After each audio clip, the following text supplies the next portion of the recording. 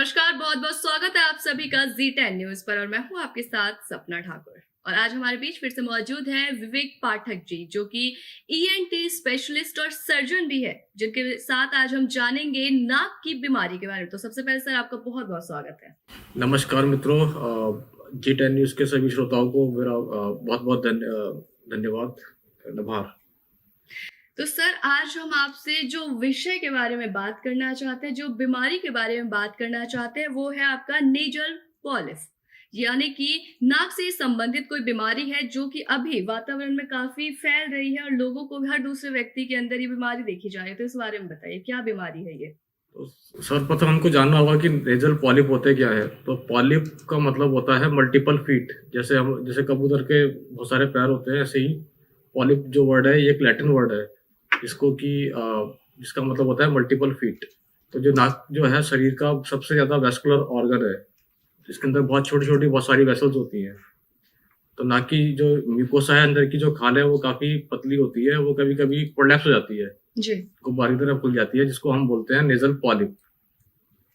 तो ये बीमारी कैसे पनपती है लोगों में? तो प्राय इसके होने के मेन दो कारण है। एक तो है एलर्जी, नंबर 1। जो 10 पार्टिकल होते हैं या धूल मिट्टी के पार्टिकल होते हैं जो कि 3 माइक्रोन से छोटे होते हैं, नाक इनको फिल्टर नहीं कर पाती। तो नाक के अंदर जो है ये एलर्जिक रिएक्शन चालू कर देते हैं, जिसकी वजह से इन्फ्लेमेशन होता है, उसकी वजह से पॉलिप फॉर्म हो जाते हैं। नंबर 1। नंबर 2 है इन्फेक्शन। बहुत सारे इन्फेक्शन होते हैं, स्पेशली बच्चों के अंदर में। तो बैक्टीरियल इन्फेक्शन हो या फंगल इन्फेक्शन हो, फफूंदी वगैरह जो होती है, उसकी वजह से भी नेजल पॉलिप फॉर्म हो जाते हैं। और अगर एडल्ट एज ग्रुप में देखें हम, जो कि 60 की उम्र से ज़्यादा के लोग होते हैं, उनमें कभी कभी मैलिग्नेंसी, मतलब कैंसर की संभावना भी नेजल पॉलिप के अंदर रहती है। यानी कि ये जो बीमारी है वो हर वर्ग के अंदर होती है, यानी कि बच्चों को भी होती है और बड़ों को भी ये बीमारी होती है? बिल्कुल बिल्कुल। तो ये बच्चों से लेके वयस्क से लेके बूढ़े लोगों में सब में पाई जाती है। तो क्या अलग अलग सिम्टम्स होते हैं, सभी के एक ही लक्षण होते हैं? सिम्टम्स प्राय अलग अलग होते हैं। बच्चों में जो कॉज है, सबसे अगर हम लेके चलें, अगर कोई नवजात शिशु है, उसके अंदर में नेजल पॉलिप मिल रहा है हमको, तो उसको हम बोलते हैं कि ये हो सकता है कि जो ब्रेन की छल्ली है, जिसको हम बोलते हैं मेनिंजेस है ना, उसको तो मेनिंजियोमा हो सकता है, ये है ना। और अगर वही बच्चा 10 साल से बड़ा है, तो उसके अंदर में ये एक ट्यूमर होता है, उसको हम बोलते हैं एंजियोफाइब्रोमा, तो वो ट्यूमर हो सकता है। या बच्चों में ज़्यादातर ये इन्फेक्शन की वजह से होते हैं नेजल पॉलिप।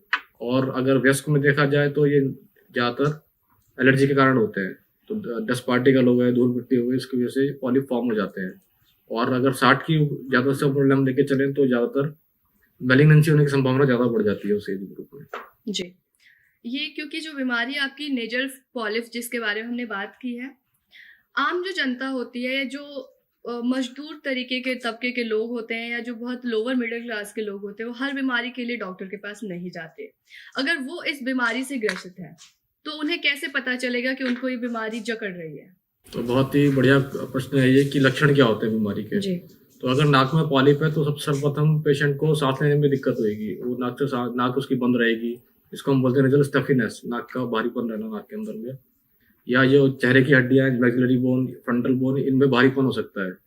या कभी कभी अगर स्फिनोइड साइनस जो होते हैं, उनमें अगर पॉलिप हो जाए तो सर के पीछे वाले हिस्से में भी पेन होने की संभावना रहती है। या पेशेंट बार बार गला साफ करता रहता है, इसको हम बोलते हैं Hawking. Okay. Post nasal drip बोलते हैं, जो म्यूकस है या पस है वो गले में जाता रहता है। यानी कि कफ वगैरह भी आता है इसमें?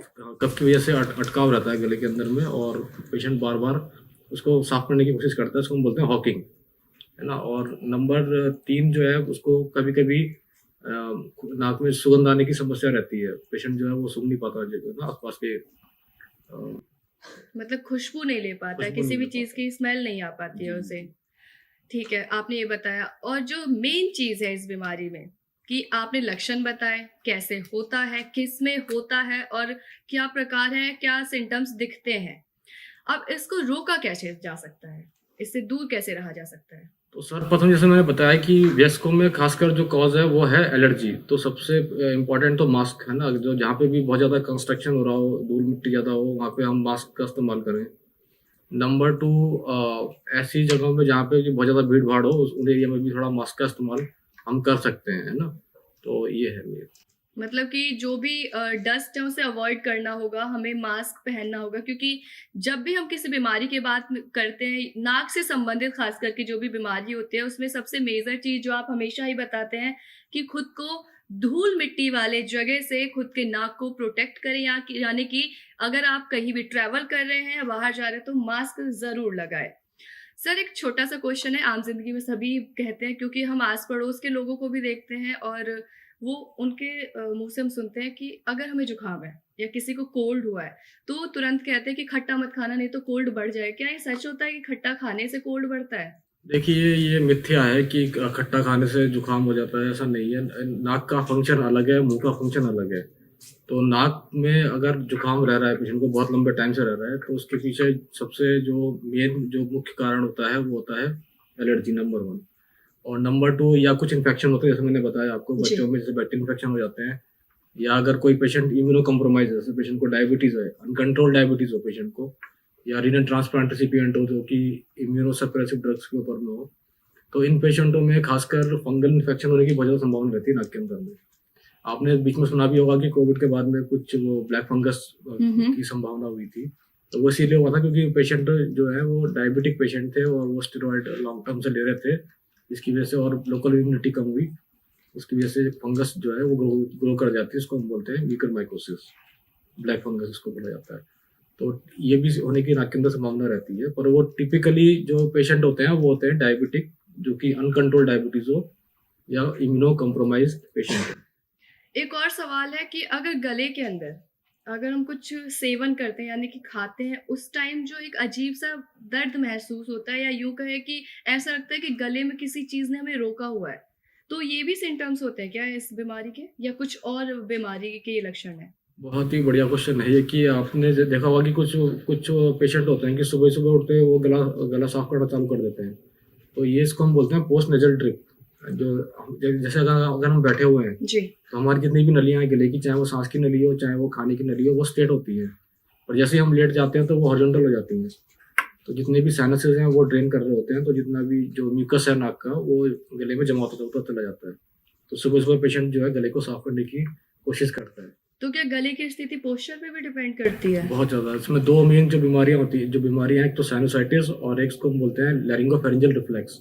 जिन पेशेंटों में बहुत ज्यादा एसिडिटी की समस्या रहती है या एसिड सिक्रेशन की दिक्कत रहती है, उनमें भी बार बार गले का बैठना या इसकी संभावना हो सकती है। यानी कि शुगर, डायबिटीज, मतलब डायबिटीज और गैस की जो समस्या है, एसिडिटी की, उनसे भी ये बीमारियां पनपती हैं।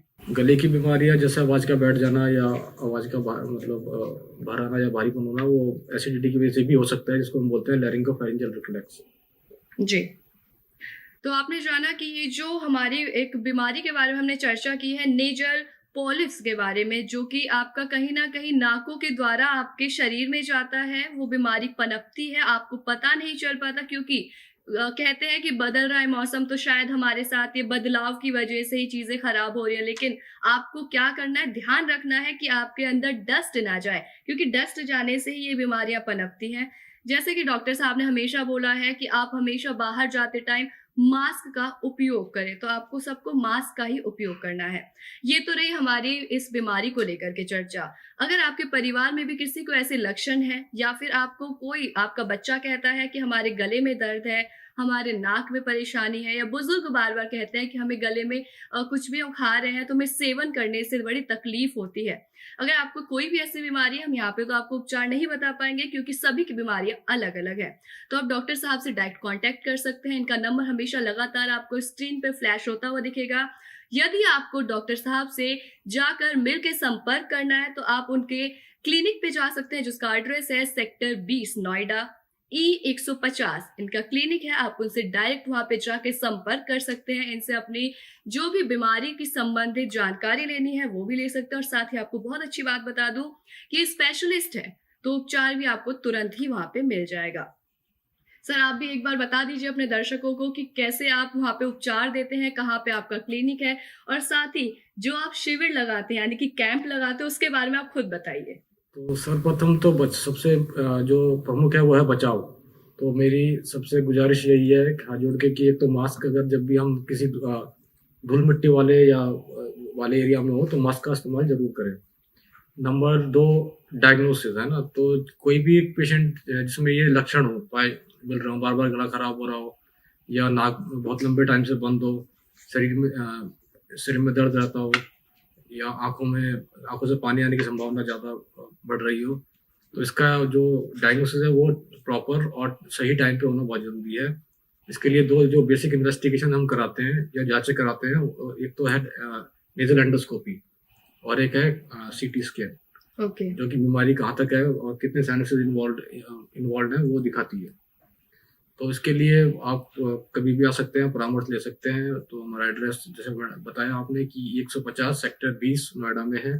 शिविर हम प्राय शनिवार के दिन लगाते हैं वहाँ पे, जो कि मुफ्त होता है, जिसमें परामर्श हम यानी कि जो सर शिविर लगाते हैं, यानी कि कैंप लगा के अपना जो समय देते हैं वो बिल्कुल निशुल्क होता है, यानी कि फ्री होता है, जहाँ पे आप अपने इलाज करवा सकते हैं, अपनी बीमारियों से संबंधित उपचार भी जान सकते हैं। बिल्कुल। तो जाना आपने अपने इस नाक के एक इन्फेक्शन के बारे में। अगर आपको ऐसे ही अलग इन्फेक्शन के बारे में या कई बीमारियों के बारे में जानना है जिससे आप काफी समय से ग्रसित हैं, तो आप हमारे चैनल से लगातार जुड़े रहिएगा, क्योंकि हम आपके पास लाएंगे और भी कई सारी बीमारियां और साथ ही उनके उपचार भी, और डॉक्टर साहब आपको हर एक बीमारी के बारे में परामर्श जरूर देंगे। सर बहुत बहुत थैंक यू। G10 न्यूज़ का खासकर बहुत बहुत धन्यवाद। जो स्वास्थ्य से संबंधित जितने भी टॉपिक हैं आप ये प्राय जनता के सामने रखते हैं, तो बहुत अच्छा काम कर रहे हैं, बहुत बढ़िया। तो हम आपसे जल्दी मिलेंगे नई बीमारी और उसके उपचार के साथ। तब तक के लिए हमें दीजिए इजाजत। नमस्कार। धन्यवाद।